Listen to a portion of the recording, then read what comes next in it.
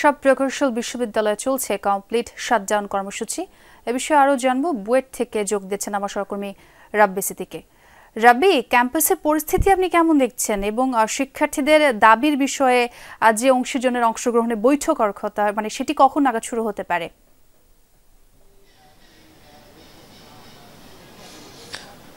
মূলত বুয়েট ক্যাম্পাস বন্ধ আছে এবং সেই সাথে পরীক্ষা, ক্লাস সবকিছুই কিন্তু বন্ধ আছে। এবং আমরা জানি যে শুধু বুয়েট নয়, সারা বাংলাদেশের যতগুলো প্রকৌশল বিশ্ববিদ্যালয় আছে সবগুলো বিশ্ববিদ্যালয়ে কিন্তু আজকে একাডেমিক কার্যক্রম বন্ধ আছে। আর আপনি বলছিলেন যে আজকে যে বৈঠকটি সেটি গতকালই, কিন্তু আপনি জানেন যে বিদ্যুৎ, জ্বালানি ও খনিজ সম্পদ বিষয়ক যিনি উপদেষ্টা ফাউজুল কবির খান, তিনি কিন্তু সাংবাদিকদের জানিয়েছেন যে আজকে এই বুয়েটের শিক্ষার্থী সহ প্রকৌশল শিক্ষার্থীদের যে দাবি, সেই দাবির যৌক্তিকতা নিয়ে শিক্ষক প্রতিনিধি, ছাত্র প্রতিনিধি সহ ডিপ্লোমা এবং বিএসসি এই দুই পক্ষের সাথেই কিন্তু একটি কম্বাইন্ড সমন্বিত একটি বৈঠক হওয়ার কথা আছে।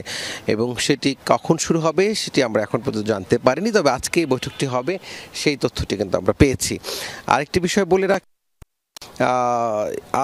আজকে এই বৈঠকের পর সরকারের তৎপরতা বা উদ্যোগ, সরকার দাবি কতখানি পূরণ করছে বা করবে সেটি দেখার পরে বুয়েটের শিক্ষার্থীরা বা প্রকৌশল শিক্ষার্থীরা তারা কিন্তু আজকে বিকেল 5টার পর ইঞ্জিনিয়ার ইনস্টিটিউটে তাদের যে পরবর্তী কর্মসূচি বা সরকারের অবস্থান কি দাঁড়ালো সেটি নিয়ে কিন্তু তারা আনুষ্ঠানিক সংবাদ সম্মেলন করবে।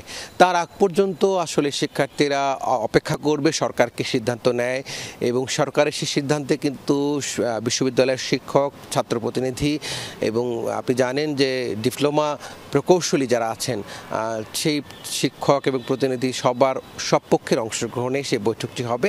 এবং আসলে 5টার আগেই কিন্তু আমরা জানতে পারবো যে চলমান যে আন্দোলন, প্রকৌশল শিক্ষার্থীদের আন্দোলনটি কোন দিকে এগোচ্ছে।